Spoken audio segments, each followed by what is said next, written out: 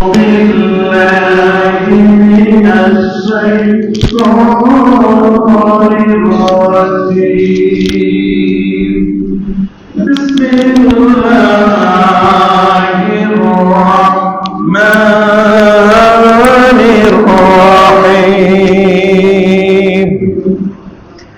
إن في خلق السماوات والأرض واختلاف الليل والنهار لآيات لأولي الألباب. وقال الله تعالى في مقام آخر والذين آمنوا أشد حبا لله. صدق الله العظيم وصدق رسوله النبي الكريم. إن الله وملائكته يصلون على النبي يا أيها الذين آمنوا صلوا عليه وسلموا تسليما. الله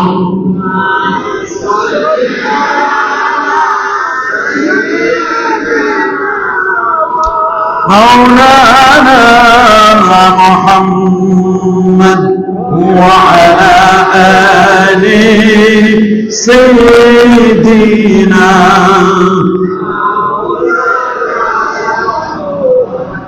আরেকটু জোরে জোরে মহব্বতে পড়ুন আল্লাহুম্মা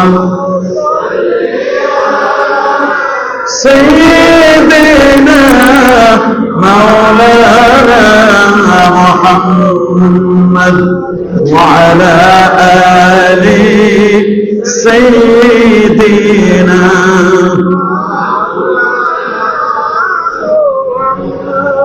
मदीना की हवा से जन्नती बू आती है, खाके पाके मदीना में नूर जन्नत चमकती है. बलौला बिकमालिही कशफत दुजा बिजमालिही हसरत जमीउ सल्लल्लाहु ला इलाहा ला इलाहा ला इलाहा सुब्हानल्लाह वल्हम्दुलिल्लाह ला इलाहा सुब्हानल्लाह वल्हम्दुलिल्लाह ला इलाहा ला इलाहा इल्लल्लाह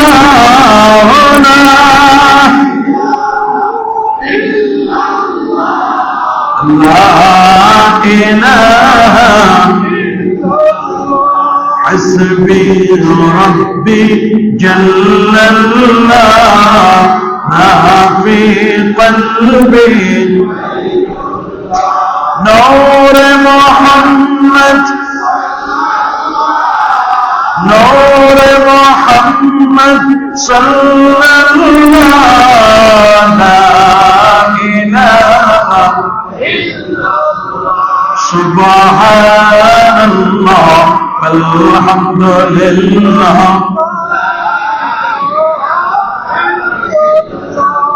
ला इलाहा इल्लल्लाह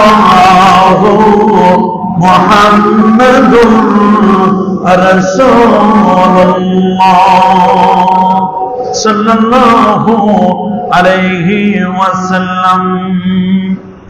হাজারাত, উলামায়ে কেরাম, মুসল্লিয়ানে এজাম, আল্লাহ পাকের দরবারে লাখো কোটি শুকর, যে মহান মালিক, যে মহান মনিব আমাদের প্রতি অত্যন্ত ইহসান করে, দয়া করে পবিত্র শাওয়াল মাসের দ্বিতীয় জুমার নামাজ আদায় করবার জন্য পৃথিবীর শ্রেষ্ঠতম জায়গা আল্লাহর ঘর মসজিদে আসার ও বসার সুযোগটুকু নিয়ত করলেন। কালিমাতুশ শুকর আদায় করে পড়েন আলহামদুলিল্লাহ। আরো জোরে বলে আলহামদুলিল্লাহ। লাখো কোটি, তার চেয়ে অনেক অনেক গুণ বেশি দরুদ আর সালাম পেশ করছি আল্লাহর সৃষ্টির প্রধান আকর্ষণ কুল কায়নাতের নবী আকা মাওলা নবীজি মুস্তাফা সাল্লাল্লাহু আলাইহি ওয়াসাল্লামের কদম মোবারকায় বিনা দরখাস্তে যে নবীর উম্মত হতে পেরেছি, আসুন আরেকটি বার শুকরিয়া আদায় করে পড়ি আলহামদুলিল্লাহ। প্রিয় হাজিরিন, আল্লাহ সুবহানাহু ওয়া তাআলা এই বিশ্বকে বৈচিত্র্যময় করে সৃজন করেছেন। রাত দিনের কমতি এবং বাড়তি, ঋতু বৈচিত্র্য, আবহাওয়ার পরিবর্তন সবকিছুই তার সৃষ্টি নৈপুণ্যতার একটি বহিঃপ্রকাশ। আল্লাহ যে আছেন তার বাস্তব প্রমাণ হচ্ছে আবহাওয়ার এই পরিবর্তন, রাত্রি এবং দিনের কখনো হ্রাস এবং কখনো বৃদ্ধি, নদীর মধ্যে জোয়ার এবং ভাটা, এগুলো কোনো মানুষের অধীনে নয়, বরং সবগুলোকে যিনি কন্ট্রোল করেন সেন্ট্রালি তিনি হচ্ছেন রব্বুল আলামিন। তিনি রাতকে প্রবিষ্ট করান দিনের মধ্যে, তুলিজুল লাইলা ফিন নাহার ওয়া তুলিজুন নাহারা ফিল লাইল, দিনকে তিনি প্রবিষ্ট করান রাতের মধ্যে।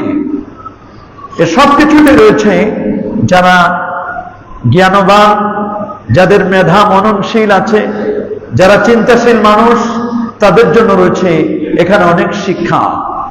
রব্বুল আলামিন সূরা আলে ইমরানের 190 নম্বর আয়াতে আল্লাহ জানান দিচ্ছেন, ইন্না ফি খালকিস সামাওয়াতি ওয়াল আরদ, নিশ্চয় আসমান এবং জমিন সৃষ্টি, ওয়া ইখতিলাফিল লাইলি ওয়ান নাহার, দিন ও রাতের বিবর্তন, এই সবগুলোর মধ্যে লাআয়াতিন লিউলিল আলবাব, জ্ঞানবানদের জন্য এখানে নিদর্শন রয়েছে।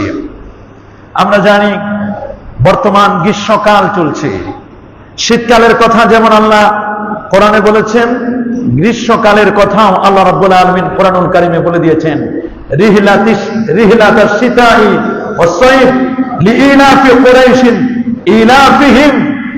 কুরাইশদের দুটো হ্যাবিট ছিল, দুটো ট্যুর করতো তারা, একটা গ্রীষ্মকালীন ট্যুর আর একটা ট্যুর ছিল তাদের শীতকালীন ট্যুর। এই গ্রীষ্মকালীন ট্যুর এবং শীতকালীন ট্যুর দুটো সফর তারা করত, একটা রিহলাতুন ফিস শীতা আর একটা রিহলাতুন ফিস সাফা ফিস শীতা, আর একটা হচ্ছে রিহলাতুন ফিস সাইফ। একটি ছিল শীতকালীন ট্যুর আর একটি ছিল তাদের গ্রীষ্মকালীন ট্যুর। এই দুটো ট্যুর কিন্তু তারা করত। সে দুটো ঋতুর কথা আল্লাহ পাক রব্বুল আলামিন কোরআনে বলেছেন। যদি আমাদের দেশে বলা হয় ষড় ঋতুর দেশ, 6 ঋতুর দেশ, এখন ঋতু কমতে কমতে চারটা কমতে কমতে এখন 3টার মধ্যে চলে আসছে। গ্রীষ্মকাল, বর্ষাকাল আর শীতকাল, মোটামুটি 3টা কাল আমরা পাই। বসন্তকালের সামান্য ছোঁয়া আমরা লাভ করি, মোটামুটি 3-4টা কাল আছে। এক সময় বাংলাদেশকে ষড় ঋতুর দেশ, 6 ঋতুর, আমাদের সন্তানদেরকে আমরা এগুলো শিখাই। আস্তে আস্তে সেই ঋতুগুলো কমে যাচ্ছে। আল্লাহ ভালো জানে বাংলাদেশের বর্তমান যে হিটিং পদ্ধতি, যেভাবে হিট এবং তাপ মানুষকে এমন ভাবে দিচ্ছে, সৌদি আরব মনে হয় ফেল করে দিবে কিনা তা জানি না। গত কয়েকদিনের রিপোর্ট বলছে 40-42 ডিগ্রি তাপমাত্রা। গতকাল আমি বগুড়া থেকে আসতেছিলাম, বাইরে দেখলাম প্রায় 38 ডিগ্রি তাপমাত্রা। এই গত সপ্তাহের রিপোর্টে 40, 41, 42 পর্যন্ত ছড়িয়ে গেছে। সৌদি আরবে সর্বোচ্চ তাপমাত্রা আমি দেখেছি 53 থেকে 57। আমার একবার শুধু নজর পড়েছিল, বাকি 53, 51, 49, 48 ওই মক্কার মধ্যে সেখানে তাপমাত্রা উঠে লেখা থাকে সব সময়। আমি এটা খেয়াল করতাম। সেখানে কিন্তু ঘাম কম হতো সৌদি আরবে, ঘাম কম, তাপ আছে, কিন্তু বাংলাদেশের তাপমাত্রাটা এটা একেবারে এমন গরম, যে কোনো মানুষ যে কোনো সময় অসুস্থ হয়ে যাওয়ার কিন্তু সম্ভাবনা। এজন্য গত কিছুদিন আগেও আমরা শুনেছি 4টা বিভাগে রেড অ্যালার্টের মতো, হিট স্ট্রোক যেন না হয়, হিটের কারণে তারা 4টি বিভাগকে মোটামুটি তারা রেড অ্যালার্ট জারি করছে, মানুষ যেন ঠান্ডায় ঠান্ডায় থাকে। এই প্রচন্ড গরমের মধ্যে যাদের ব্রেন এবং যারা সাধারণত স্ট্রোকের রোগী, যারা সাধারণত আপনার যাদের হাই প্রেশার আছে, এই সমস্ত রোগীদেরকে ঠান্ডায় রাখার জন্য আমাদের চেষ্টা করা দরকার। এই যে শীত, এই যে গ্রীষ্ম, এই যে তাপ, এটা কেন আসে এটা আমাদের একটু জানা দরকার। সহিহ বুখারীর একটি বর্ণনা আমরা পাই যে বুখারী শরীফের 1432 নম্বর হাদিস, রাসূল করিম সাল্লাল্লাহু আলাইহি ওয়াসাল্লাম তিনি ইরশাদ করেছেন, ইশতাকাতিন নার ইলা রাব্বিহা, জাহান্নামের আগুন আল্লাহর কাছে অভিযোগ করলো। অভিযোগ মানে আল্লাহর কাছে তো অভিযোগ করা যায় না, যেভাবে অভিযোগ করা যায় কামা ইয়ালিকু বিশান, আল্লাহর সামনে যেভাবে অভিযোগ করাটাকে শোভা পায়, এইভাবে জাহান্নামের আগুন অভিযোগ করলো। ফাকালাত, জাহান্নামের আগুন বলল, ইয়া রব, হে আমার রব, আকালা বাদি বাদান, আমার একটি অংশ আরেকটি অংশকে খেয়ে ফেলতেছে। জাহান্নামের আগুনের এক অংশ আরেক অংশকে খেয়ে ফেলছে। ফাআদিনা লাহা বিনাফাসাইনি, বললেন আল্লাহ আমাকে একটু আমার লেলিহান শিখা কমানোর জন্য আল্লাহ আপনি আমাকে কিছু ব্যবস্থা করেন। আল্লাহ তাআলা জাহান্নামের আগুনকে পারমিশন দিলেন 2টো নিঃশ্বাস নেবার জন্য, 2টো শ্বাস ফেলার জন্য। তার মধ্যে একটি হচ্ছে নাফাসিন ফিস শীতা, শীতকালে একটি নিঃশ্বাস নেবে, ওয়া নাফাসুন ফিস সাইফ, আরেকটি নিঃশ্বাস নেবে জাহান্নামের আগুন মূলত গ্রীষ্মকালে। আপডাউন হচ্ছে কেন চাও? ফাওয়া শাদ্দু মা তাজিদুনা মিনাল হাররি ওয়া শাদ্দু মা তাজিদুনা মিনাজ জামহারির। বললেন 2টো শ্বাস ফেলার অনুমতি দেওয়ার পরে একটি হলো শীতকাল আর একটি হলো গ্রীষ্মকাল। এই 2টো কারণে শীতকালে যখন নিঃশ্বাস নেয় তখন শীত হয়, আবার গ্রীষ্মকালে যখন নিঃশ্বাসটা ফেলে তখন জাহান্নামের নিঃশ্বাসে পুরো পৃথিবী গরম হয়ে যায়, পুরো পৃথিবী উষ্ণ হয়ে যায়। এই যে ঋতু বৈচিত্র্য, কখনো আমরা শুনেছি সৌদি আরবে এরকম বন্যা, দুবাই এয়ারপোর্ট বন্যার পানিতে ভাসছে, হাজার হাজার মানুষ, ওমান, দুবাই, এই সমস্ত মিডল ইস্টের বেশ কিছু মরুর দেশগুলো, গত কয়েকদিন আগে যে বন্যা হলো, আমরা ভিডিওতে যা দেখেছি এরকম চিত্র সাধারণত খুব কম দেখা গেছে। কেউ কেউ বলেছেন এগুলো কিয়ামতের আলামত, কিয়ামতের এগুলো আলামত, কিয়ামতের এগুলো সিম্পটম। সত্যি এই যে কিয়ামতের আগে এই সমস্তগুলো আমরা দেখতে পাবো, যেখানে বৃষ্টি হওয়ার কথা না সেখানে বৃষ্টি হবে। 20 মিলিমিটার বৃষ্টি হয়েছে, যেটা পুরো বছরে ওমান, আবুধাবি, তারপরে আপনার অন্যান্য জায়গায় পুরো বছরে জানা হয় যে না মিলিমিটার বৃষ্টি হয়, তার একদিনে 20 মিলিমিটার বৃষ্টি রেকর্ড করেছে দুবাই। এর দ্বারা আমরা বুঝতে পারি যে আসলে এই যে আবহাওয়ার বৈচিত্র্য, এই আবহাওয়ার বৈচিত্র্যটি এটি মানুষের হাতে নয়, এটিকে যিনি কন্ট্রোল করেন সেন্ট্রালি সেটি হচ্ছেন আমার আল্লাহ। তিনি কে? আল্লাহ পাক রব্বুল আলামিন এটাকে কন্ট্রোল করেন। তা আমরা আবহাওয়া সম্পর্কে আমাদের দায়িত্ব হলো আমরা যারা সচেতন, আমরা যেন কোনো ভাজা পোনা এগুলো যেন আমরা না খাই, রসালো খাবার খাবেন, বেশি বেশি করে পানি খাবেন, ভালো তরমুজ দেখে ফ্রুটস জাতীয় খাবারগুলো বেশি খাবেন। স্বাস্থ্য সচেতনতা, স্বাস্থ্যের ব্যাপারে আপনারা সবাই সাবধান থাকবেন। স্বাস্থ্য ভালো থাকলে নামাজ পড়তে পারবেন, স্বাস্থ্য সুস্থ থাকলে ইবাদত বندگی করতে পারবেন। রাসূল বলেছেন নেমেছেন মাগবুরুন ফীহিমা কাসীরুম মিনান নাস, 2টো নিয়ামত নিয়ে তুমি গোটা পৃথিবীর মানুষ কিন্তু ধোঁকাগ্রস্ত। তার মধ্যে একটি হচ্ছে আসসিহা, সুস্থতা, আর একটা হচ্ছে আল ফারাগা, অবসর সময়। অবসর পাইলে আমাদের সুখে থাকলে ভূতে কিলাই, সুখে থাকলে আমরা অনেক সময় বিভিন্ন ভাবে কাজ করি আমরা, কিন্তু সুখে থাকলে একটু ইবাদত বندگی করা, ইবাদতে আত্মনিয়োগ করা আমাদের দায়িত্ব। আর সুস্থ যখন আমরা সুস্থতার মধ্যে থাকি, তখন আমরা অসুস্থতাটা, এটা আসলে আমরা সুস্থতার নিয়ামতটা বুঝতে পারি না, কিন্তু যখন অসুস্থ হই তখন আমরা বুঝি সুস্থতা কত বড় নিয়ামত। সুস্থ থাকলে ইবাদত বন্দেগীতে মন বসে। দেখেন না, যদি এখানে প্রচন্ড গরম থাকতো, একবার ঘাম মুছার লাগতো, একবার টুপি খোলার লাগতো। এই জন্য ইসলামের নিয়ম হচ্ছে, যেখানে তোমার ইবাদত বন্দেগী করলে শান্তিতে স্বস্তিতে তুমি ইবাদত বন্দেগী করতে পারবা, সেখানে তোমার ইবাদতে মনোযোগী হবা, সেই জায়গাটাকে তুমি চুজ করবা। নবী পাক সাল্লাল্লাহু আলাইহি ওয়াসাল্লামের সাহাবাগণ, নবীর এক সাহাবী, তিনি এসে বললেন, ইয়া রাসূলুল্লাহ, হুজুর আপনি আমার বাসায় একটু আসবেন, একটা জায়গা আমি চুজ করেছি, আপনার জন্য ফাইন্ড আউট করে রেখেছি, এই জায়গাটা আপনি নামাজ পড়ে যাবেন। এই জায়গায় যদি আপনি নামাজ পড়ে যান, আমি অন্ধ মানুষ, বর্ষার ঢালে মসজিদে নববীতে যেতে পারি না, হুজুর আপনি আমার বাসায় একদিন নামাজ পড়ে যাবেন, আমি তো অন্ধ মানুষ, ওই জায়গাটা আমি আপনার জায়গায়, আমি যতদিন আল্লাহ আমার হায়াতে বাঁচায় রাখে, যতদিন আমি অসুস্থ থাকবো, আমি ওই জায়গায় নামাজ পড়বো। সাহাবী বলেন, নবীজি আসলেন, ওইখানে নামাজ পড়লেন, আমাদেরকেও নিয়ে তিনি জামাত পড়লেন, ওই জায়গাটা আমি নির্ধারণ করে রাখলাম, আমার ইন্তেকালের পূর্ব মুহূর্ত পর্যন্ত আমি ওই জায়গায় নামাজ পড়েছি, হৃদয়ে প্রশান্তি লাভ করেছিলাম। ওই জায়গাটা গতবারে আমরা দেখে এসেছি, সেই জায়গাটা ঘিরে রেখেছে পুলিশ। আল্লাহ নবী ওই জায়গাটাতে তিনি নামাজ পড়তেন, সাহাবীকে বরকত দিয়ে গিয়েছিলেন। আল্লাহু আকবার বলেন। যাই হোক, এই মাসটি হচ্ছে শাওয়াল মাস। বলেন কি মাস? আরো জোরে বলেন। শাওয়াল, জুলকাদা, জুলহাজ্জা, এগুলো হজ্জের মৌসুম, হজ্জের মাস। নবীজি তিনটা মাস থেকে বলছে আল হাজ্জু আশহুরুম মালুমাত, 3 মাস, শাওয়াল, জিলকদ, জিলহজের 10 তারিখ, এই 2 মাসের কিছু বেশি, 10 দিন, 2 মাস 10 দিন, এটাকে নবীজি বলছেন হজ্জের মাস। হজ্জের প্রিপারেশন অলরেডি শুরু হয়ে গেছে।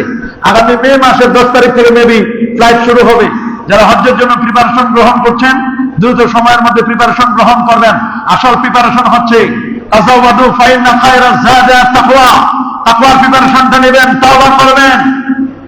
আর হজ করার ক্ষেত্রে হালাল পয়সা নেবেন, হালাল। হালাল ইবাদত কবুলের 10 ভাগ, 10 ভাগের 9 ভাগ হচ্ছে হালাল, খাবার উপর ডিপেন্ড করবে। নফল রোজা, বিশেষ করে যারা রমজান মাসের সিয়াম সাধনা আমরা করেছি দীর্ঘ 1টি মাস, শাওয়াল মাসের কিন্তু অনেক দিন চলে যাচ্ছে, এখনো কিন্তু আমরা অনেকে 6 রোজা রাখতে পারি নাই। কারো 2টা হয়েছে, কারো 3টা হয়েছে, কারো 1টা হয়েছে, কারো বা শেষও হয়ে গেছে। যারা এখনো রাখতে পারেন নাই, মেহেরবানি করে 6 রোজা রেখে নেবেন। রাসূল বলেছেন, মান সামা রমাদান সুম্মা আতবাহু সিত্তান মিন শাওয়াল কানা কাসিয়ামিদ দাহর, পুরো বছর জন্য রোজা পালন করলো 6টা রোজা রাখলে 6 দশে 7 দিন, 30-এ 3 দশে 300 দিন, 307 দিন। আর হিজরি চান্দ্র মাস 354 দিনের বছর হয়। এই জন্য আপনার 1 বছর রোজা রাখার সমান সওয়াব রব্বুল আলামিন আপনাকে দান করবেন। সহিহ মুসলিমের 1164 নম্বর হাদিসে রাসূল বলেন, 6 রোজা পুরো বছর রোজা রাখার সমান আল্লাহ পাক রব্বুল আলামিন আপনাকে আমাকে দান করবেন। রাসূল আকরাম সাল্লাল্লাহু আলাইহি ওয়াসাল্লাম আব্দুল্লাহ ইবনে ওমর থেকে হাদিসটি বর্ণনা করছেন। রাসূল বলেন, যে ব্যক্তি রমজানের রোজা রাখলো, এরপর শাওয়ালের 6টি রোজা রাখলো, সে গুনাহ থেকে এমন ভাবে পবিত্র হবে যেন সে মায়ের গর্ভ থেকে ভূমিষ্ঠ হয়েছে। আল্লাহু আকবার বলেন। নিষ্পাপ হয়ে যাবে। আমরা যদি নিষ্পাপ হতে চাই, এই শাওয়ালের 6টি রোজা আমাদের থেকে যেন কখনো মিসিং না হয়। শাওয়াল মাসের আরেকটি বারাকা আছে, সেই বারাকাতটি হচ্ছে শাওয়াল মাসে বিয়ে শাদী করা সুন্নাত। শুনতেছেন কথা আপনারা? শাওয়াল মাসে বিয়ে করা কি সুন্নাত? শাওয়াল মাস, এটা বিয়ে করা সুন্নাত। আম্মা জান আয়েশা সিদ্দিকা রাদিয়াল্লাহু তাআলা আনহা, তার বিয়ে হয়েছে শুক্রবার শাওয়াল মাসে। সুবহানাল্লাহ। এজন্য শাওয়াল মাসে অনেকে বিয়ে করেন, বিয়ে শাদী করেন, যে নবী করেছেন। আম্মা জান আয়েশা সিদ্দিকা রাদিয়াল্লাহু তাআলা আনহা শাওয়াল মাসের শুক্রবারে তিনি, তার বিয়ে হয়েছে। হযরত আয়েশা সিদ্দিকা রাদিয়াল্লাহু তাআলা আনহার বয়স খুব বেশি না, 7 থেকে 7.5 বছর ছিল। একটি মনে আছে 6+। এই বয়সে হযরত আবু বকর সিদ্দিক রাদিয়াল্লাহু তাআলা আনহু তিনি টেনশন করছিলেন, নিজের মেয়েটাকে কোথায় বিয়ে দিবেন। টেনশন করতে করতে বেশ কয়েকজনের কাছে প্রপোজাল দিলেন, প্রস্তাব করলেন, আমার মেয়েটাকে আপনার কাছে বিয়ে দিতে চাই। কয়েকজন প্রস্তাব নাকচ করে দিলেন। নাকচ করে দেওয়ার পরে তিনি মনে মনে টেনশন করলেন, এতজনের কাছে বিয়ের প্রস্তাব পাঠালাম, কেউ তো আমার প্রস্তাবটাকে অ্যাকসেপ্ট করছে না। তিনি খুব টেনশন করতে করতে রাতের বেলা ঘুমিয়ে পড়লেন। ঘুমের মধ্যে তিনি স্বপ্নে দেখছেন একজন আগন্তুক এসে তার মাথার দিকে এসে বলছেন, আপনি আর কোন মানুষের কাছে প্রস্তাব দিবেন না, আগামীকালকে আপনার প্রস্তাবটা নিয়ে যাবেন আখিরি জামানার পয়গম্বর নবীজি মুস্তাফা সাল্লাল্লাহু আলাইহি ওয়াসাল্লামের কাছে। সহিহ বুখারী কিতাবুত তাবিরের মধ্যে আসছে যে রাতে আবু বকর সিদ্দিক রাদিয়াল্লাহু তাআলা আনহু স্বপ্ন দেখলেন, ওই রাতে আল্লাহ তাআলা জিবরিলের মাধ্যমে আয়েশার ছবি মখমল কাপড়ে সুন্দর করে সাজায়া জিবরিল আমিনের মাধ্যমে আয়েশার ছবিটা আল্লাহর নবীকে দেখাই দিলেন। আল্লাহু আকবার। বলে রব্বুল আলামিন আপনার জন্য এই মেয়েটাকে পছন্দ করেছেন। আপনি যত বিয়ে করেছেন সবগুলো তো স্বাভাবিকভাবে বিধবা, আগে একবার বিয়ে হয়েছে, আর একমাত্র আপনার যে একবারও বিয়ে হয় নাই, যার কুমারী মেয়ে, একবারও বিয়ে হয় নাই, এমন একজন মেয়েকে আল্লাহ তাআলা আপনার জন্য আল্লাহ এই প্রপোজাল দিয়েছেন, আল্লাহর পক্ষ থেকে এটা চয়েস করা হয়েছে, আমি জিবরিল আমিন এটার মধ্যস্থতা করব। পছন্দ করেছেন রব্বুল আলামিন, মধ্যস্থতা করছেন জিবরিল আমিন, রুহুল আমিন জিবরিল, সুবহানাল্লাহ। আর বিয়ে দিবেন রাহমাতুল লিল আলামিনের সাথে বিয়ে হবে। হযরত আবু বকর সিদ্দিক রাদিয়াল্লাহু তাআলা নিজের মেয়ের বিয়ের প্রস্তাবটা কেমনে নিয়ে যায়, শরমেরও ব্যাপার, কেমনে নবীর কাছে বলবেন। এক পর্যায়ে নবীজির দরবারের কাছাকাছি যেতে না যেতে মাত্র 10 থেকে 12 হাত ডিস্টেন্স, এই মুহূর্তে রাসূল করিম সাল্লাল্লাহু আলাইহি সাল্লাম আবু বকর সিদ্দিককে বললেন, আবু বকরিন, আমি বুঝতে পেরেছি আপনার মেয়ে বড় হয়ে গেছে, গত রাত্রে জিবরিল আমিন আপনার মেয়ের ছবি সহ আমাকে দেখাই দিয়েছে। আল্লাহু আকবার। সহিহ বুখারীর বর্ণনা, নবী পাক সাল্লাল্লাহু আলাইহি ওয়াসাল্লাম তিনি বলেন, আবু বকর যান, শাওয়াল মাস চলছে, যান বিয়ের বন্দোবস্ত করেন। রাসূল বলেন, আ'লিনুন নিকাহ ফিল মাসাজিদ, কমিউনিটি সেন্টার নয়, মসজিদের ঘোষণা দাও, তোমরা বিয়ের ঘোষণা মসজিদে দাও। সুবহানাল্লাহ। বিয়ে শাদী এগুলো মসজিদে হওয়া এটা সুন্নাহ। মসজিদে হওয়া কি? বড় মজলিসে হওয়া, বড় বড় মজলিসে আড্ডখানি অনুষ্ঠান হওয়া, এগুলো সুন্নাহ। বড় বড় মজলিসে নবী পাক সাল্লাল্লাহু আলাইহি ওয়াসাল্লাম সহিহ মুসলিমের 3352 নম্বর হাদিসে আল্লাহ নবী বলেন, মসজিদ কেন্দ্রিক বিয়ে শাদী তোমরা দিবে, এটা ভালো। হযরত উম্মে সালামা এবং সাউদা বিনতে জামা, এদের দুজনকে নবী পাক সাল্লাল্লাহু আলাইহি ওয়াসাল্লাম বিয়ে করেছিলেন শাওয়াল মাসে। তাহলে তিনজন স্ত্রী পেলাম, আম্মা জান আয়েশা সিদ্দিকা রাদিয়াল্লাহু তাআলা আনহা এবং হযরতে উম্মে সালামা রাদিয়াল্লাহু তাআলা আনহা, সাউদা বিনতে জামা রাদিয়াল্লাহু তাআলা আনহা, এই তিন স্ত্রীকে নবী পাক সাল্লাল্লাহু আলাইহি ওয়াসাল্লাম শুক্রবার এবং শাওয়াল মাসে বিয়ে করেছিলেন। আল্লাহু আকবার। এজন্য শুভ কাজের সূচনার জন্য এই মাসটা অত্যন্ত উপযোগী। যারা বিয়ে করতে চান, যারা বিয়ে দিতে চান, শাওয়াল মাসটাকে ফাইন্ড আউট করেন, শাওয়াল মাসকে পছন্দ করেন। শাওয়াল মাস জুমার দিন মসজিদে বিয়ে সম্পাদন করাটা সুন্নাহ। সব মাসের যে কোনো দিনে বিয়ে করা জায়েজ আছে, কিন্তু শাওয়াল মাসে স্পেশাল আল্লাহ নবী বিয়ে করেছিলেন। আল্লাহর হাবিব প্যারা নবী রাসূল আকরাম সাল্লাল্লাহু আলাইহি ওয়াসাল্লাম তার তিনজন স্ত্রীকে বিয়ে করেছিলেন এই শাওয়াল মাসে। এজন্য আমরা ইচ্ছে করলে চুজ করতে পারি শাওয়াল মাসের যে কোনো একটি শুক্রবার বিয়ের জন্য, আমরা বারাকাত স্বরূপ নবীর সুন্নাহকে পালন করার জন্য আমরা অনেকেই চেষ্টা করতে পারি।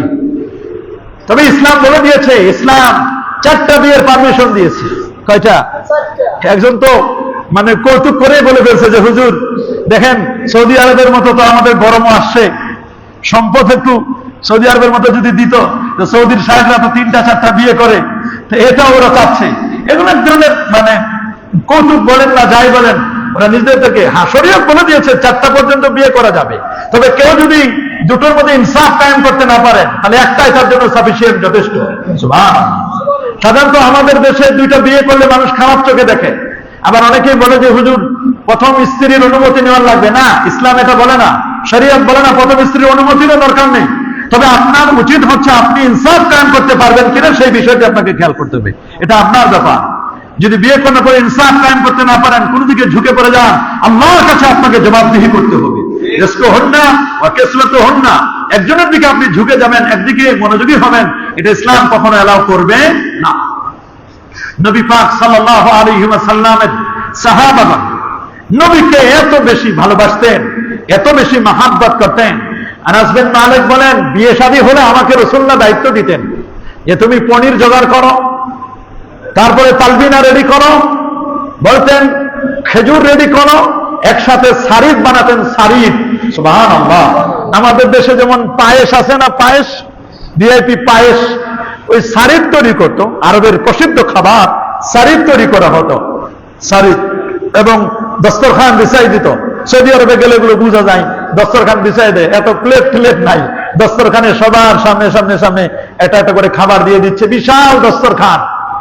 মনে করেন এখানে যত মুসল্লি আছে সবাই ইচ্ছা করলে দস্তরখানে, এক দস্তরখানে আমরা খেতে পারি, এরকম বিশাল দস্তরখান আছে। মদিনা শরীফে, মক্কা শরীফে দেখেন না, দস্তরখান বিছাই দেয়, ধরে ধরে এনে বসাই দেয়। এরা মেহমান নেওয়াজি। আর রমজান মাস হলে তো কোনো কথাই নাই, সব ধরনের খাবার দাবার দেয়, যার যার মন চায় সেখান থেকে খায়। রাসূল আকরাম সাল্লাল্লাহু আলাইহি ওয়াসাল্লাম বলেন, কুল মিম্মা ইয়ালিক, তোমার সামনে যেটা আছে সেখান থেকে তুমি খাও। অনেকে হাত বাড়ায় দূর থেকে খায়, নেয় না? রাসূলুল্লাহ এটা নিষেধ করেছেন।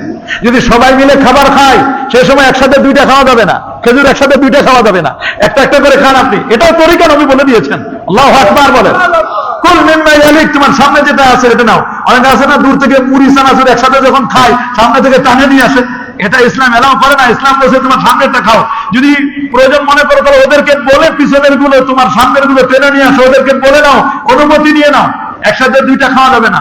মাঝে মধ্যে নবী পাক সাল্লাল্লাহু আলাইহি ওয়াসাল্লাম খেজুর গণনা করতে দেখি, তুমি কয়টা খেয়েছো, তুমি কয়টা খেয়েছো, তুমি কয়টা খেয়েছো। হযরত আলী রাদিয়াল্লাহু তাআলা বলেন, নবী যখন খেজুর গণনা করা শুরু করছে আমি সব খেজুর বিচিগুলো গিলে গিলে খেয়ে ফেলছি। আল্লাহু আকবার বলেন। গণনা করবি আর কি। নবী পাক সাল্লাল্লাহু আলাইহি ওয়াসাল্লামের কাছে আমি বললাম যে হুজুর আমি তো বিচি সহ খেয়ে ফেলেছি। আপনারা জানেন একজন বিখ্যাত ইমাম, ইমাম মুসলিম রাহমাতুল্লাহ আলাইহি, উনি ইলমের প্রতি এত রগবাত, এত আগ্রহ ছিল ইমাম মুসলিম রাহমাতুল্লাহ আলাইহি। উনি কিতাব পড়তেছেন, কিতাব পড়তে পড়তে একটা হাদিস খুঁজতে খুঁজতে অনেক সময় লেগেছে। আগের যুগের উলামায়ে কেরাম কিতাব পড়তেন। ইমাম মুহাম্মদ ইবনে ইদ্রিস আশ-শাফি একটা মাসআলা জানার জন্য আল্লাহর কোরআন 300 বার খতম করেছেন। একটা মাসআলা, সির্ফ ওয়ান মাসআলা, একটা মাসআলা শেখার জন্য 300 বার আল্লাহর কোরআনের খতম করেছেন। আমাদের মতো খালি তুকাজ্জিবান আর তা'মালুন আর ইয়ামান খালি জোরে জোরে পৃষ্ঠা উল্টানো না, বুঝে শুনে নজর করে খতম করেছেন তিনি। আল্লাহু আকবার। কি মহব্বত, কি প্রেম, কি ভালোবাসা ছিল কোরআনের প্রতি, অ্যাটাচমেন্ট ছিল তাদের, কিভাবে তারা কোরআন পড়তেন। একটা মাসআলা জানার জন্য 300 বার আল্লাহর কোরআন খতম করেছিলেন। সুবহানাল্লাহ।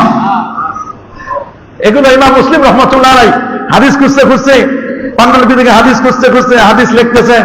সামনে খেজুরের বয়ম দিছে, খেজুর, উনি খেজুর খাচ্ছেন। ওই এশার পর শুরু করছেন, খেজুর খেতে খেতে খেতে খেতে একটা পাটা খেজুর খাচ্ছেন। কেতাবে পড়তে পড়তে পড়তে পড়তে খেজুরের সাথে যে আঠিও খেয়ে ফেলছেন মনে নেই। আল্লাহু আকবার। সকালবেলা দেখেন পেট ফুলে, খেজুর তো হজম হবে কিন্তু বিচিগুলো তো এত দাম দিয়ে আপনি চিবাইতে পারবেন না, মেশিন ছাড়া সম্ভব না। খেজুরের আঠি এত শক্ত, পেট ফুলে ওই খেজুর খাওয়া অবস্থায় খেজুর খেতে খেতে ইন্তেকাল করেছে ইমাম মুসলিম রাহমাতুল্লাহ আলাইহি। আল্লাহু আকবার। আপনি চিন্তা করতে পারেন আগের যুগের মানুষ লেখাপড়ার প্রতি তাদের রগবাত, তাদের আগ্রহ এত বেশি ছিল, তারা নিজের জীবনটাকে জীবন মনে করতেন। আল্লাহু আকবার। বুখারীর বর্ণনা আসছে, রাসূলুল্লাহর প্রিয় সাহাবী কাতাদা ইবনে নুমান রাদিয়াল্লাহু তাআলা যিনি বদর যুদ্ধে অংশগ্রহণ করেছেন, বদর, উহুদ, অন্যান্য যুদ্ধে অংশগ্রহণ করেছিলেন। উহুদের যুদ্ধে যখন অংশগ্রহণ করলেন, নবী পাক সাল্লাল্লাহু আলাইহি ওয়াসাল্লামের সেফটি এন্ড সিকিউরিটি দিতে গিয়ে, আল্লাহ নবীকে সেভ করতে গিয়ে কতগুলো তীর, কোন কোন মহানাসে হযরতে তালহা 70টি পর্যন্ত তীর বিদ্ধ হয়েছে তার দেহে। নবীর গায়ে একটা তীর লাগতে দেয় নাই। একটা তীর এসে কাতাদা রাদিয়াল্লাহু তাআলা আনহুর চোখে লেগেছিল। চোখে লেগে ডান চোখটা ঝুলে পড়ছে, শুধু সামান্য একটু পর্দা বাকি আছে, ঝুলে আছে, শুধু একটু পর্দার শুধু চামড়াটা শুধু ঝুলে আছে। সাহাবায়ে কেরামদের কাছে বললেন যে ভাই দেখেন চোখ থেকে দরদর করে রক্ত পড়ছে, চোখটা ঝুলে আছে, এটা তো ওয়েটফুল, চোখের বিশাল চোখটা ওয়েটফুল। বললেন কি করব? সবাই বলল মিয়া তোমরা কেউ টানাটানি করবে না। সাহাবায়ে কেরাম টানতে চাইলেন, অনেকে বলে না টানাটানি করা যাবে না। বলে কি করব? আল্লাহ নবীর কাছে নিয়ে যাও। আল্লাহু আকবার বলেন। নিয়ে গেলেন আল্লাহ নবীর কাছে। আল্লাহ নবী হযরতে কাতাদা রাদিয়াল্লাহু তাআলা চক্ষুটা ধরলেন, ধরার পরে যেখান থেকে চোখটা খুলে আসছিল ওই জায়গায় নবীজি নিজে সেটআপ দিলেন। বুখারীর বর্ণনা, তাফসীরের হাদিসের কিতাবগুলোতে লেখা আছে এভাবে হাদিসটি, আল্লাহুম্মা ইন্না কাতাদাতা, আয় আল্লাহ আমার কাতাদা, আল্লাহুম্মা আয় আল্লাহ ইন্না কাতাদাতা, নিশ্চয় কাতাদা, কাদ আওজাহা নবিয়্যাকা বিওয়াজহিহি, আয় আল্লাহ আমার কাতাদা আপনার হাবিবকে তার চোখ দিয়ে আল্লাহু আকবার বলেন। চোখ দিয়ে দেখে দেখে রেখে দিয়েছেন। আয় আল্লাহ ফাজআলহা আহসান আলাইহা ওয়া আনতাহুমা নাযারা। আল্লাহ যেভাবে তোমার দোস্তকে, তোমার বন্ধুকে, আল্লাহ আমি রাসূলুল্লাহকে আমার কাঁটাটা যেভাবে আমাকে নজর করে দেখে দেখে রেখেছে, আল্লাহ এই কাঁটাদার চোখটাকে তুমি ওইভাবে পাওয়ারফুল করে দাও। আল্লাহ তুমি তাকে দেখে রাখো। ফাকানাত আহসান আলাইহি ওয়া আনতাহুমা নাযারা। হযরত কাতাদা রাদিয়াল্লাহু তাআলা আনহু তিনি যখন বয়োবৃদ্ধ হয়ে গেলেন, উনার একটা চোখ, ডান চোখটা দৃষ্টিশক্তি কম ছিল, কিন্তু আল্লাহ নবী যে চোখটা লাগিয়ে দিয়েছিলেন ওই চোখটা মৃত্যুর আগ পর্যন্ত সবচেয়ে বেশি তিনি দেখতে রেখেছেন। উনি বলেন আমি কখনো চিন্তাই করি নাই যে আমার এই চোখ কখনো খুলে এসেছিল। অপারেশন করলেন আল্লাহ নবী, কোন মেশিন ছাড়াই অপারেশন করে চোখটা ধরে আবার জায়গায় সেপার দিলেন। আল্লাহু আকবার বলেন। নবীজির বরকত, হাতময় নূরময় হাতের কি বারাকা ছিল। হযরত কাতাদা রাদিয়াল্লাহু তাআলা, হযরত কাতাদা রাদিয়াল্লাহু তাআলা এত বড় মাপের একজন বুজুর্গ সাহাবী ছিলেন। তিনি এই চোখটা দেখে বলতেন, এই চোখ আল্লাহ নবী তার দস্ত বাবারত আমার এখানে লেগেছে, এই চোখটা আমি মনে করি আল্লাহ নবী আমার জন্য স্পেশাল পাওয়ার দিয়ে দিয়েছি। এই চোখ যদি তিনি বন্ধ রাখতেন, এক চোখ দিয়ে তিনি সামনের অনেক দূর পর্যন্ত দেখতে পারেন, একটা চোখ দিয়ে এই চোখেরও কাজ করে ফেলত। আল্লাহু আকবার বলেন। এটা ছিল সাহাবায়ে কেরামের নবীর প্রতি ভালোবাসা। ওরা বিশ্বাস করত নবীজি আমাদেরকে এইভাবে সেভ করবেন, নবীর জন্য জীবন দিতে তারা কোন ধরনের কুণ্ঠাবোধ করত না। আরেকটি হাদিস সহিহ বুখারী 2731 নম্বর হাদিস।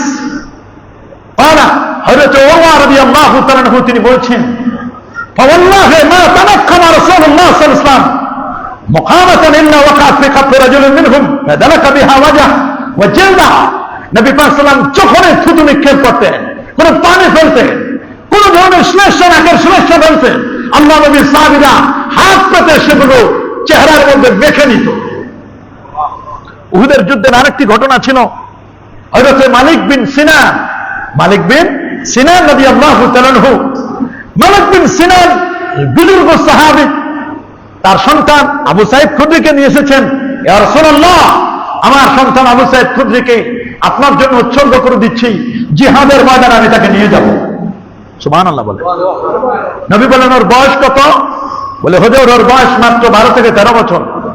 নবীজি বলেন না, কমপক্ষে 15 থেকে 16 না হলে তাকে জিহাদের ময়দানে নেওয়া যাবে না। আল্লাহর হাবিব সাল্লাল্লাহু আলাইহি ওয়াসাল্লাম বারবার তিনি বলেন যে ওকে নেওয়া যাবে না। বলে হুজুর ওর শক্ত হাড্ডি, শরীর হাড্ডি শক্ত, ও হুজুর যুদ্ধ করতে পারবে, আপনি নাহলে টেস্ট করে দেখেন। বলে দেখি বাপ-বেটা দুজনে মিলে একটু কুস্তি করো। তো হযরত আবু সাঈদ খুদরী বলেন, আব্বা আপনার তো শক্তি বেশি, আমি তো ছোট মানুষ, আপনি একটু ঢিল দিয়েন, আমি যেন আপনারে ফেলে দিতে পারি। আল্লাহু আকবার বলেন। যুদ্ধে যাওয়ার জন্য কি কৌশল অবলম্বন করতেন। আল্লাহু আকবার। আমি আবু সাঈদ খুদরী রাদিয়াল্লাহু তাআলা মাজার জিয়ারত করে এসেছি। ওনার কবরের পাশে হযরতে আপনার রাসূল আকরাম সাল্লাল্লাহু আলাইহি ওয়াসাল্লামের দুধমাতা হালিমাতুস সাদিয়ার পাশের কবরটাই, সেই কবরটাই হচ্ছে আবু সাঈদ খুদরী রাদিয়াল্লাহু তাআলার কবর জান্নাতুল বাকিতে। কমপক্ষে 6 থেকে 8 জন পুলিশ ঘিরে রাখে তার কবরটা। মনে রাখবেন, যেখানে পুলিশ ওইখানে কবর, কোন সাহাবীর কবর। যেখানে পুলিশ ওইখানে দেখবেন কোন সাহাবীর জরুরত কবর, সাহাবীর মাজার আছে। ওরা মনে করে আমরা কিছু বুঝি না, আমরা বেশি বুঝি। যেখানে পুলিশ ওখানে বরকত, পুলিশ যেখানে বরকত সেখানে। কারণ ও জানে পুলিশ দিয়ে ঘিরে রাখছে যেন কেউ না আসে। মা ফাতিমা রাদিয়াল্লাহু তাআলার কবরটা, ফাতিমাতুজ জাহরার কবরটা কমপক্ষে 25 থেকে 30 জন পুলিশ ঘিরে রাখছে, শিকল দিয়ে ঢেকে রাখছে। আর উসমান জিন্নুরাইনের কবর, রোজা, তার কবর, তার মাজার তো আরো এত, ওটা অন্ধ, ওটাও চিনি মাঝখানে। আল্লাহু আকবার বলে। তার মাজারটা কোন জায়গায়? মাঝখানে। অথচ তার ইন্তেকালের সময় তাকে কবর দিতেই দিবে না। কে বলছে তাকে আমরা পুড়িয়ে ফেলবো? নাউজুবিল্লাহ বলে। পুড়িয়ে ফেলার জন্য চেষ্টা করলো। কেউ বলছে আমরা পুড়ে ফেলবো, তাকে কবর দিতে দিব না। এক একজন এক এক। এটার পিছনে আব্দুল্লাহ ইবনে সাবা ও ইহুদি নেতা, এটা ছিল বড় দুষ্ট দুরাচার, কবির ছিল এটা। এই পৃথিবীতে যত ফিতনা, যত ফাসাদ সব হলো ওই দুষ্ট দুরাচার আব্দুল্লাহ ইবনে সাবার গোষ্ঠী। এটা ছিল মুনাফিক, ইহুদিদের দালাল। এটা ইহুদিও ছিল না, এটা ছিল একবার শিয়া একবার খারেজি। বেশি শিয়া ছিল। শিয়ারা হলো আলী রাদিয়াল্লাহু আনহু বেশি মহব্বত করে। এত বেশি মহব্বত করতে করতে বলছে, আলী আপনি হলেন ইলাহ, আলী আপনি হলেন খোদা। নাউজুবিল্লাহ। আলীকে খোদা বলতো। বলে তুমি আমাকে খোদা বলো? থামো। আব্দুল্লাহ ইবনে আব্বাসকে বলে, আব্দুল্লাহ আপনি যান, ওকে আগুনে পুড়ে ফেলেন। এবার এই বিশ্ব বিয়াদবটা আব্দুল্লাহ ইবনে সাবা বলছে, আপনাকে আগে আমি ইলা মনে করতাম, আল্লাহ মনে করতাম 60%, এখন আর কোনো পার্সেন্টেজ নাই, এখন আপনি 100-100 ইলা। নাউজুবিল্লাহ। বলে কেন? আগুনে পুরার যখন আপনি অনুমতি দিলেন তখন আমি বুঝছি আগুনে পুরার অনুমতি একমাত্র আল্লাহ ছাড়া কেউ দিতে পারে না। দেখেন বিয়াদব কারে বলে। ওটা নিয়ে গেছিল আগুনে পুরার জন্য, ওটা আবার ওইখান থেকে শিকল ছিঁড়ে পালায় আসছে, ওকে মানানোর মানে আগুনে পুড়তে পারে নাই। এই বিয়াদবটায় যত ফেতনা ফাসাদ শুরু করছে, দেখেন না আজকে ইহুদিদেরকে কুমন্ত্রণা দিয়েছে এই বিশ্ব বিয়াদব আব্দুল্লাহ ইবনে সাবার গোষ্ঠী। ইহুদিরা আজকে থার্ড টেম্পল বানাচ্ছে, পিছনে মদত ছিল আব্দুল্লাহ ইবনে সাবার গোষ্ঠীর। নাউজুবিল্লাহ। যেখানে মুসলমানদের ইতিহাস ঐতিহ্য ফিলিস্তিন, যেখানে মুসলমানদের ইতিহাস ঐতিহ্য, ফিলিস্তিনের মুসলমানরা আজকে নির্যাতিত নিপীড়িত। কথা বলেন, গাজার মুসলমান নির্যাতিত নিপীড়িত, ওদেরকে জুমা নামাজ পর্যন্ত জুমাতুল বিদা পড়তে দেয় নাই, কষ্ট করে ওদেরকে নামাজ পড়তে দেয় নাই, ঈদুল ফিতর নামাজ পড়তে ওদেরকে অনেক বেগ করতে হয়েছে, রমজান মাসের তারাবি সহ অন্যান্য নামাজগুলো পড়তে দেয় নাই। ওদের টার্গেট হলো থার্ড টেম্পল, তৃতীয় মন্দির তারা বানাবে। ওদের দৃষ্টিকোণ থেকে প্রথম মন্দির বানিয়েছিল নবী দাউদ আলাইহিস সালাম, দ্বিতীয় মন্দির বানাইছে নবী সুলাইমান আলাইহিস সালাম, তৃতীয় মন্দির বানাবে ওরা। ওই মন্দির বানায়া সাদা গেট বানাবে, দাজ্জালকে রিসিভ করবে। নাউজুবিল্লাহ। ওদের তিনটা শর্ত ছিল, দুটা শর্ত তাদের পূরণ হয়ে গেছে, তৃতীয় শর্ত তারা পেয়ে গেছে। রেড কাউ, লাল গরু, লাল গরুর ইতিহাস তারা তাদের সে বিখ্যাত তাদের ধর্মীয় গ্রন্থ তালমুদের মধ্যে লেখা আছে। তালমুদের মধ্যে বলছে যে রেড কাউ আমরা পেয়ে গেছি নিউ ইয়র্কে। তারা সেখান থেকে 27টি গরু রেড কাউ তারা ক্রয় করে, ওই গরুগুলোকে এই মাসের শেষের দিকে তারা জবে করে মেশিনে পিষে পুরো ইহুদি গোষ্ঠীর দেহের মধ্যে সেই ছাইগুলো মেখে ইহুদিরা পুত পবিত্র হবে। নাউজুবিল্লাহ। ইহুদিদের ওদের দৃষ্টিতে ওরা এখন সবচেয়ে অপবিত্র জাতি। কারা? ইহুদিরা বলছে আমরা এখন অপবিত্র, ওই রেড কাউ গাভী পুরে আমরা পবিত্র হব। পবিত্র হয়ে বিশাল কনফারেন্স করে ওইখানে থার্ড টেম্পল, তৃতীয় মন্দির স্থাপন করে সাদা গেট বানায়া দাজ্জালকে রিসিভ করবে, মসিহ দাজ্জালকে। নাউজুবিল্লাহ। ওরা জানে না যে সেই বাইতুল মুকাদ্দাসে দাজ্জাল কখনো প্রবেশ করতে পারবে না, জানে না। নবী পাক সাল্লাল্লাহু আলাইহি ওয়াসাল্লামের বিখ্যাত সাহাবী হযরত আবু সাঈদ খুদরি রাদিয়াল্লাহু তাআলার বাবা মালিক বিন সিনান বলেন, ইয়া রাসূলুল্লাহ, আমার ছেলেটা পিছনে পিছনে থাকো, ওকে যুদ্ধে না নিলেও আমার পিছনে থাকবে হুজুর, আমাকে যুদ্ধের মাঝে যাওয়ার পারমিশন দেন। হযরত মালিক বিন সিনান বলে, আমি গেলাম, দেখলাম নবীজির দান্দান মোবারক শহীদ হলো, নবীজির দান্দান মোবারক থেকে রক্ত জমিনে পড়তে ধরি। মালিক বিন সিনান বলেন, জিহ্বাটা আমার যত জিহ্বা ছিল পুরো জিহ্বাটা বের করে নবীজির এক ফোঁটা রক্ত জমিনে পড়তে দেয় নাই, সব রক্তটা আমি চুষে টেনে নিলাম। আল্লাহু আকবার বলে, সমস্ত রক্তটা আমি জমিন থেকে চুষে নিলাম, টেনে খেয়ে নিলাম। নবী পাক সাল্লাল্লাহু আলাইহি ওয়াসাল্লাম বললেন, আমার মালিক বিন সিনান তার দেহের মধ্যে আমি রাসূলুল্লাহ রক্ত প্রবাহিত আছে। আল্লাহু আকবার। মালিক বিন সিনানের দেহে রক্ত প্রবাহিত। রাসূল বলেছিলেন, তামাসসান্না, আমার অন্য বলছে না, তামাসসান্না ওয়াদামান শারিবা দামি, যে লোকটি আমার রক্ত পান করবে তাকে জাহান্নামের আগুন স্পর্শ করবে না, তাকে জাহান্নাম টাচ করবে না। যে ব্যক্তি আমি রাসূলুল্লাহ রক্ত পান করবে, রাসূল বলেছেন আমার দেহের রক্ত যার গায়ে প্রবাহিত ওই লোকটিকেও জাহান্নামের আগুন স্পর্শ করবে না। প্রমাণ করার জন্য আগুন বানালো, আগুন বানিয়ে মালিক বিন সিনানের একটা হাত রেখে দিল, হাত যখন আগুনের মধ্যে দিল মুহূর্তের মধ্যে আগুন নিষ্প্রভ হয়ে গেছে। আল্লাহু আকবার বলে, আগুন নিভে গেছে। নিজের হাত তো দূরের কথা, একটা পশম পর্যন্ত পুড়ে না। সুবহানাল্লাহ, আল্লাহু আকবার। কেমনে নবী পাক সাল্লাল্লাহু আলাইহি ওয়াসাল্লামের সেই মহব্বত, নবীর ভালোবাসায় জীবনকে উৎসর্গ করেছিলেন হযরতে কাতাদা ইবনে নুমান রাদিয়াল্লাহু তাআলা আনহু। নবী পাক সাল্লাল্লাহু আলাইহি ওয়াসাল্লামের এই সাহাবী, বিখ্যাত সাহাবী, এই কাজগুলো করেছিলেন। এটা ছিল নবীর প্রেম, নবীর ভালোবাসা। আজকে তো আমরা আলেম দেখি, আলেমের তো অভাব নাই। কথা বলেন না, আলেমের কি অভাব আছে? আলেমের তো অভাব নাই। কত আলেম, আলেমের কোনো শেষ নাই। কিন্তু নবীর প্রেমে উজ্জীবিত আলেমের বড় অভাব। জ্ঞানের অভাব নাই, অনেকের নলেজ আছে, অনেকের জ্ঞান আছে, কিন্তু অভাব হলো একটা জিনিসের, সেটা হলো আদব। আদব নাই, মহব্বত নাই। আদবওয়ালা আলেমের বড় অভাব, মহব্বতওয়ালা আলেমের বড় অভাব। কথা বলেন।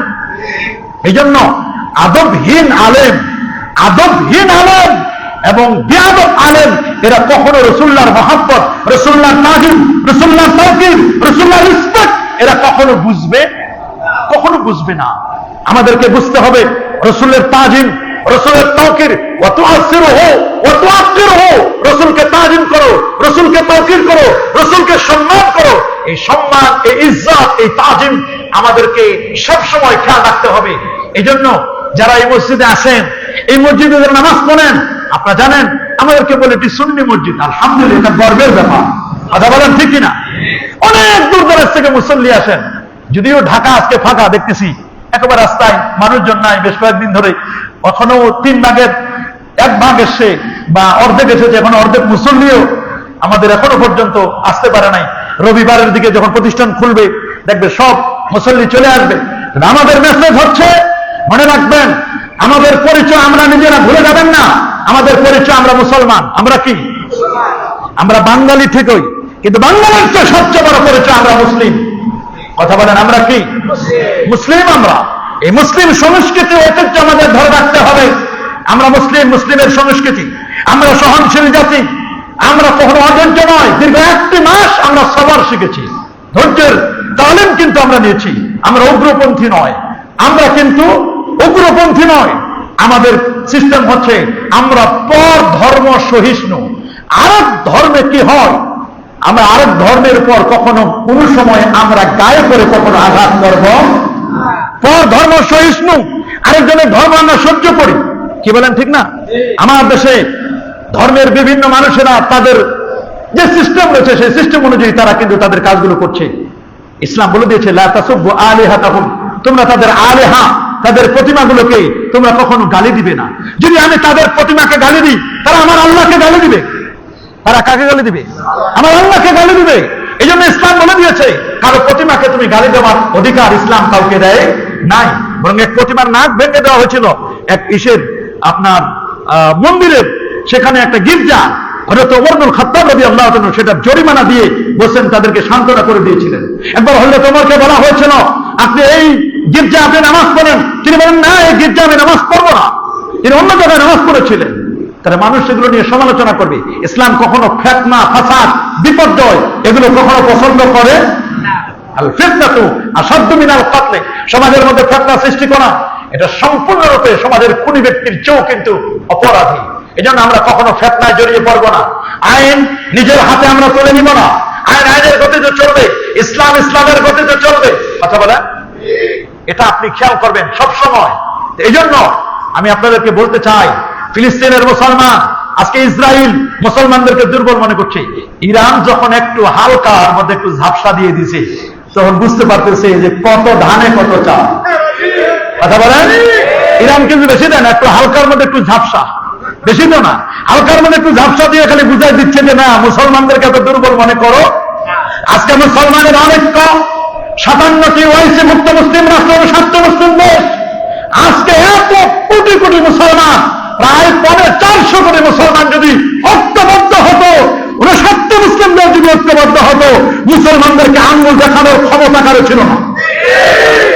মুসলমান আমরা বীরের জাত, हम तो मुसलमान है, पीछे भागने वाले नहीं, सीने में सामने सरना को करने वाले नहीं। আমরা মুসলমানের জাত, পিছনে ফেরা জাত নয়, সামনে চলা জাত। बातिल से दबने वाले आयासमा नहीं, हम सोबर कर चका है जो इंतहा हमारा, तौहीद की अमानत सीनों में है हमारा, ये आसान नहीं, मिटा दो नाम निशाना हमारा। আমাদের নাম নিশানা এই জমিন থেকে কেউ মিটাই দিতে পারবে। দেখেন না, তাকবীরের কথা শুনলে অনেকের হৃদয় কেঁপে ওঠে, ফার্মের মুরগির মতো। ফার্মের মুরগির যারা ব্যবসা করে তারা দোয়া চায়। একবার মাহফিলে গেলাম হবিগঞ্জে, ওরা সে দোয়া চাইলে বলে, হুজুর ফার্মের জন্য দোয়া করেন না, কি সমস্যা? মুরগিগুলো অসুস্থ। বলে না হুজুর, অসুস্থ না, সামনে বর্ষাকাল আসতেছে, এই যে আসমানে বিদ্যুৎ চমকায়, ওই শব্দে মুরগির হার্টবিট দুর্বল, তো ফিডার খায়। কি খায়? ফিট খায়। ফিট খায়া ফিট হয়ে পড়ে থাকে। ফিট খায় কি হয়? ফিট হয়ে পড়ে থাকে, ওদের হার্টবিট দুর্বল। যারা সুদখোর, যারা ঘুষখোর, যারা মানুষের সম্পদ অন্যায় ভাবে দখল করে খায়, এদের হার্টবিট গুলো ফিট খাওয়া মুরগির মতো দুর্বল।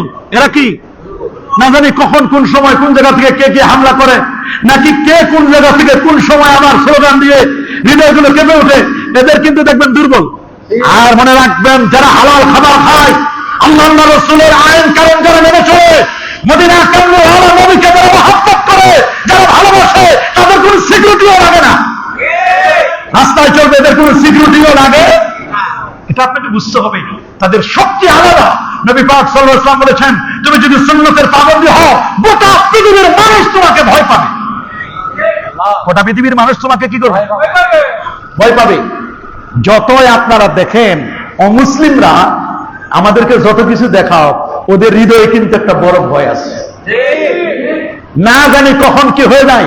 যদিও সাদা গেট তৈরি করতেছে ওরা, ফিলিস্তিনের থার্ড টেম্পল তৈরি করে সাদা গেট বানাবে, দাজ্জালকে রিসিভ করবে, কিন্তু জানে না এই দাজ্জালে ওদের কাল হয়ে দাঁড়াবে।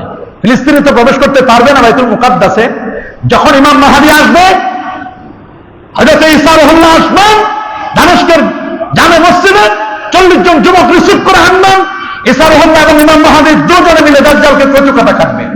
দাজ্জালকে কচু কাটা কাটার পরে যখন ইহুদিরা কোন পাথরের মতো লুকানোর জন্য চেষ্টা করবে, পাথর বলবে, এ মুসলিম উকতুলহু হাযাল ইয়াহুদ, এ মুসলমান এই ইহুদির বাচ্চাকে হত্যা করো।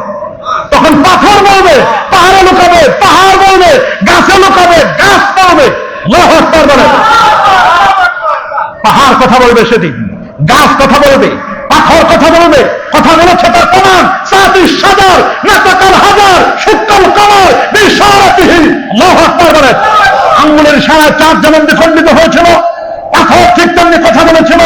গাছ উপরে এসে নবীর সাথে কথা বলেছে, নবীকে সেজদা করেছে গাছ, নবীকে সেজদা করেছে উট, নবীকে সেজদা করেছে ছাগল। সাহাবায়ে কেরাম বলে, ইয়া রাসূলুল্লাহ, উট যদি আপনাকে সেজদা করতে পারে আমাদের কি হলো? আমরা কেন আপনাকে সেজদা করতে পারবো না? নবীজি বলেছেন, তোমাদের জন্য পারমিশন নয়, তোমাদের কপালটা একমাত্র আল্লাহর জন্য সেজদা করবে। এই কপাল কোন মানুষের জন্য তুমি কখনো ঝুঁকাবে না। আজকে মুসলমান আমাদের ঐক্যবদ্ধ হতে হবে।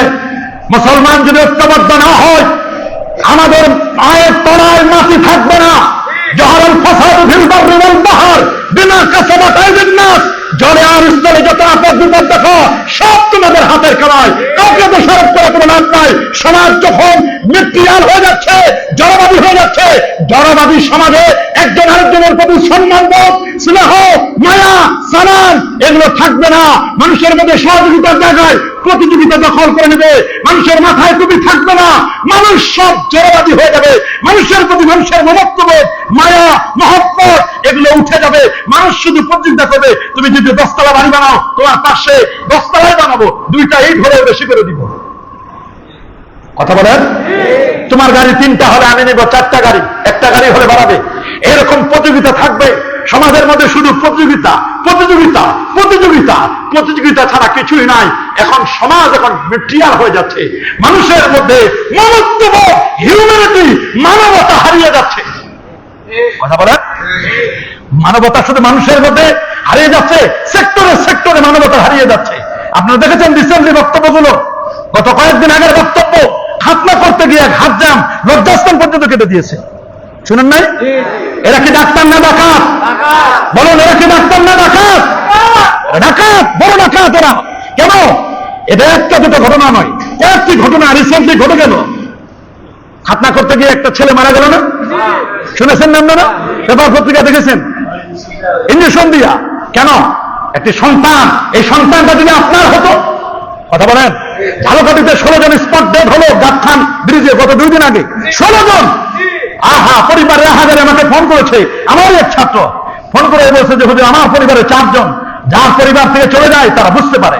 ট্রাকের যে ড্রাইভার, এই অযোগ্য ড্রাইভারদের ট্রেনিং কে দিবে? কে দিবে ট্রেনিং? সরকারের দায়িত্ব এদেরকে ট্রেনিং দেওয়া। ড্রাইভার গুলো এদেরকে ট্রেনিং এর ব্যবস্থা করা। ছোট ছোট বাচ্চাদের হাতে একটা ট্রাক দিয়ে দেয়, হেল্পার 2 দিন কাজ করতে করতে করতে ড্রাইভার হয়ে যায়। রাস্তাঘাট কেমন যেন মরণ ফাঁক। কথা বলে? আপনি বাসা থেকে বের হয়ে যাচ্ছেন, আবার বাসায় ফিরে আসতে পারবেন, তার কোন গ্যারান্টি আছে? কোন নিরাপত্তা নাই। রাস্তাঘাটে আমাদের নিরাপত্তা নাই, একমুখী রাস্তা হওয়া সত্ত্বেও। এই যে রাস্তার মধ্যে ড্রাইভার গুলো, তাদের বিভিন্ন মুখী যে গাড়ি চালানোর পদ্ধতি, যে লাইনে চলতে হয়, যে লেনে চলতে হয়, লেন ক্রস করে উল্টো মুখে গাড়ি এসে এই অ্যাক্সিডেন্ট গুলো হয়ে যায়। কথা বলেন? এই জন্য ড্রাইভারদেরকে দক্ষ করে তুলানো, ড্রাইভারদেরকে দক্ষ করে তোলা, এদেরকে ভালো মতো ট্রেনিং এর ব্যবস্থা করে, এদেরকে ভালো মতো ট্রেনিং এর ব্যবস্থা করো। অদক্ষ ড্রাইভার যেমন মনে রাখবেন, অদক্ষ ড্রাইভার যেমন জাতির জন্য কলঙ্ক, অদক্ষ আলেমও জাতির জন্য কলঙ্ক। একটা ড্রাইভারের ড্রাইভিং লাইসেন্স না থাকলে, মনে রাখবেন, ড্রাইভারের একটা গাড়ির সাথে যেমন পিকআপ আছে, পিকআপের সাথে ব্রেকও আছে। বলেন, পিকআপের সাথে কি আছে? ব্রেকটা কেন দেওয়া হয়? ব্রেকটা দেওয়া হয় ড্রাইভটাকে কন্ট্রোল করার জন্য। ব্রেক হচ্ছে ড্রাইভ কন্ট্রোল, এটা রিমোট। কিন্তু যদি ড্রাইভারের পিকআপের সাথে যদি ব্রেক না থাকে, এই গাড়ি যেমন অ্যাক্সিডেন্ট করতে পারে, যে কোনো সময় যে কোনো জায়গায় উল্টে যেতে পারে, মানুষের ক্ষয়ক্ষতি হতে পারে, জানমালের ক্ষতি হতে পারে। ওই আলেম তেমন, যে আলেমের জ্ঞান আছে, আলেমের ওলম আছে, নলেজ আছে, আলেমের যদি ব্রেক না থাকে, আযাব না থাকে, মহব্বত না থাকে, এই আলেম মানুষকে ক্ষতি করবে। নিজে যেমন গোমরা হবে, মানুষকে তেমন গোমরা করবে। সে আলেম সমাজের মধ্যে মূল দাজ্জাল আসার আগে সেমি দাজ্জালের ভূমিকায় কিছু আলেম সমাজে নেমে গেছে। এরা ইহুদিদের মদতপুষ্ট আলেম। কথা বলেন, এরা ইহুদিদের মদতপুষ্ট আলেম। আজকে এই আলেমরাই বলছে, এই দলের আলেমরাই বলছে, রমজান মাসের লাইলাতুল কদরে ইবাদত বন্দেগী করা, বেশ্যাখানায় যাওয়া, নাউযুবিল্লাহ। এগুলো আওয়ামী লীগ বলে নাই, এটা বিএনপি বলে নাই, জাতীয়বাদী বলে নাই, জাসদ বলে নাই, অমুক দল বলে নাই, নাস্তিকরা বলে নাই। এগুলো বলছে আমার মতো নবাসী, পোশাকি, দাড়িওয়ালা, টুপিওয়ালা, নলেজ আছে, জ্ঞান আছে, এমফিল করা, পিএইচডি করা, নামের শেষে ডক্টরের ডিগ্রি আছে, এদের নামের আগে শায়েখও লেখা আছে। এই শায়েখদেরকে চিহ্নিত করতে হবে। এরা মুসলমানদের ঈমান আকীদাকে ধ্বংস করে দিচ্ছে, মুসলমানের আকীদাকে নষ্ট করে দিচ্ছে। এই ধরনের কিছু শায়েখ নামের কলঙ্ক, আলেম নামের কিছু কলঙ্ক। এরা ব্রেক ফেল করা গাড়ির মতো। ব্রেক ফেল করা গাড়ি যেমন গাড়ি মানুষের সব নষ্ট করে দেয়, ব্রেক ফেল করা আদব এবং আমলহীন, আদবহীন, মহব্বতহীন আলেম ওইরকম ব্রেক ফেল করা গাড়ির মতো। ড্রাইভারদেরকে যেমন কন্ট্রোল করতে হবে ব্রেক দিয়ে, ঘোড়াকে যেমন কন্ট্রোল করতে হয় হিকমা লাগাম দিয়ে, গরুকে যেমন মুখে কি দেয়, আপনার দেশে কি বলে? ঠুই। আমাদের দেশে বলে জোয়া, জোবা বলে, জোবা, যেন আরেকজনের খেত না খাইতে পারে। তো ঠুই বলেন, জোয়া বলেন, লাগাম বলেন, লাগাম টেনে ধরতে হবে আরেকজনের খেত যেন না খাইতে পারে। এই আলেমদেরকেও লাগাম দিতে হবে, যেন লাগামহীন করে বক্তব্য দিতে না পারে। ড্রাইভারদেরকে ট্রেনিং করতে হবে, ওরা যেন ব্রেকের সাথে, পিকআপের সাথে ব্রেককে সমন্বয় করে সুষ্ঠু মতো যেন গাড়ি চালায়। কোন মানুষের প্রাণ যেন আর না নিঃশেষ হয়ে না যায়, এই বিষয়টি আমাদেরকে খেয়াল করতে হবে। স্পিড কন্ট্রোল আছে, তারপরে কে মানে কার কথা, কে শুনে কার কথা। আর আপনার সন্তানকে নষ্ট করার জন্য দুইটা জিনিস দিলে যথেষ্ট। আপনার সন্তান অল্প দিনের মধ্যে আপনি দেখবেন যে মৃত্যুর সংবাদ চলে আসবে। দুটা জিনিস লাগবে, একটা হলো রুহানি মৃত্যু, একটা হলো জাহেরি মৃত্যু। সন্তানকে যদি একটা বাইক কিনে দেন, একটা মোটরসাইকেল কিনে দেন, মোটামুটি দেখবেন যে অল্প দিনের মধ্যে ভালো একটা ব্যাড নিউজ, একটা স্যাড নিউজ আপনি পেয়ে যাবেন। আরেকটা হলো আপনার সন্তানদেরকে, মেয়েদেরকে যদি একটা বড় অ্যান্ড্রয়েড সেট কিনে দেন, তাহলে আর বেশি দিন লাগবে না। তাহলে এই মোবাইল একটা যন্ত্র, এটা একটা যেমন খারাপ, আর বাইক এটাও খারাপ। এই দুটো জিনিস যদি কন্ট্রোল করতে পারেন, আপনার সন্তান কন্ট্রোল থাকবে। এই দুটো জিনিস কন্ট্রোল করেন, দুটো জিনিস কন্ট্রোল করেন। একসময় মানুষ সিনেমা হল দেখতে যেত অনেক দূরে, বহু ঘাত প্রতিঘাত উপেক্ষা করে যেত, আর এখন সিনেমা হল পকেটে। কথা বলেন, সিনেমা হল পকেটে। এই সন্তানগুলো আজে বাজে জিনিস দেখে নষ্ট হয়ে যাচ্ছে। বড়দেরকে সম্মান করে না, মুরব্বীদেরকে শ্রদ্ধা করে না, বড়দেরকে স্নেহ, বড়দেরকে সম্মান করে না, ইজ্জত তাজিম করে না, ছোটদেরকে স্নেহ করে না। চরিত্র নষ্ট হয়ে যাচ্ছে। আজকে আমাদের সমাজ ব্যবস্থা বড় কঠিন হয়ে গেছে। এই জন্য সন্তান বড় হয়ে গেলে তাদের বিয়ের ব্যবস্থা করতে হবে। ইয়া মাশারান নিসা, ইয়া মাশারান নিসা, নবী বারবার বলছেন নারী সমাজকে তাসাদ্দাকনা ওয়ালা মিন হুল্লিকুন্না, ইয়া মাশারাশ শাবাব মান ইসতাতা মিনকুমুল বাত ফালইয়াতাযাওয়াজ। যুবকদেরকে বিয়ের ব্যবস্থা করে দাও। বয়স হয়ে গেছে, তাড়াতাড়ি বিয়ে দাও। রাসূল বলেন তিনটা জিনিস লেট করবে না, মারা গেছে তাড়াতাড়ি দাফন করো, গোসল দিয়ে দাফন কাফন তাড়াতাড়ি সারো। মেয়ে বড় হয়ে গেছে, তাড়াতাড়ি বিয়ে দাও। ছেলে বড় হয়েছে, তাড়াতাড়ি বিয়ে দাও। নামাজের ওয়াক্ত হয়ে গেছে, তাড়াতাড়ি নামাজ পড়ে নাও, কারণ যে কোনো সময় মৃত্যু তোমার চলে আসতে পারে। কিন্তু আমরা খালি পুষে রাখি, আর কিছুদিন, আর কিছুদিন, হজটা করে আসি, এই করে আসি, এই করে আসি, তারপর মেয়েটাকে বিয়ে দিব। নো, সময় জামানা বলে কাহাল রাহতা নেহি গুজস্তা জামানা ফির আতা নেহি। সময় কিন্তু চলে যাচ্ছে, সময় কিন্তু কখনো আমরা ফিরে পাবো না। এই জন্য এই কাজগুলো করবেন। যে সমাজের বিয়ে কঠিন, সেই সমাজের জেনা সহজ। যে সমাজে বিয়ে কঠিন, সেই সমাজে জেনা ব্যভিচার সহজ। যে সমাজে জেনা ব্যভিচার কঠিন, মনে রাখবেন ওই সমাজে বিয়ে সহজ করো। বিয়ে থেকে সহজ করো, দেখবেন জেনা ব্যভিচার হবে না। ইসলাম তো বলে দিয়েছে 4টা পর্যন্ত তুমি বিয়ে করার ইসলাম তোমাকে পারমিশন দিয়েছে। কেন জেনারেল বিচারে তুমি লিপ্ত হবে?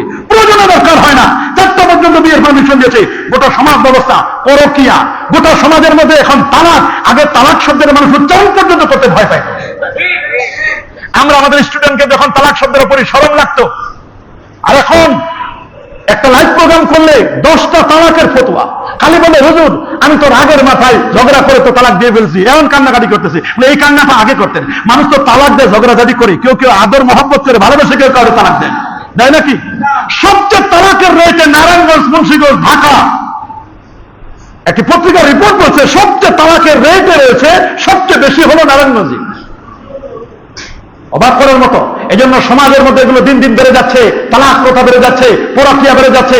আপনার সমাজের মানুষদেরকে নৈতিক চরিত্র করার জন্য নামাজি হতে হবে, মুত্তাকি হতে হবে, পরেজগার হতে হবে। রোজার মতো এই নিয়ামতগুলো আমরা যেন আদায় করতে পারি। প্রত্যেক বৃহস্পতিবার সোমবার রোজা রাখার চেষ্টা করবেন। 6টা শাওয়াল মাসের রোজা রাখার চেষ্টা করবেন। দেখবেন আপনার স্বাস্থ্য ভালো থাকবে। আর বেশি বেশি করে আমি আবার বলছি, যেহেতু প্রচন্ড গরম চলছে, শরবত খাবেন, তরমুজ খাবেন, ঠান্ডা পানি খাবেন, লিকুইড জাতীয় খাবার খাবেন, রসালো খাবার খাওয়ার চেষ্টা করবেন।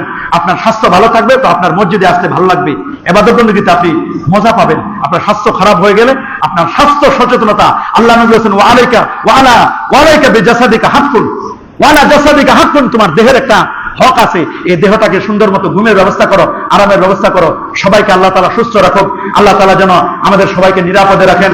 যারা যেখানে বাইরে গেছেন, যারা গ্রামের বাড়িতে গেছেন, আল্লাহ তাদেরকে সহিহ সালামে ফিরিয়ে দিন। মেহেরবানি করে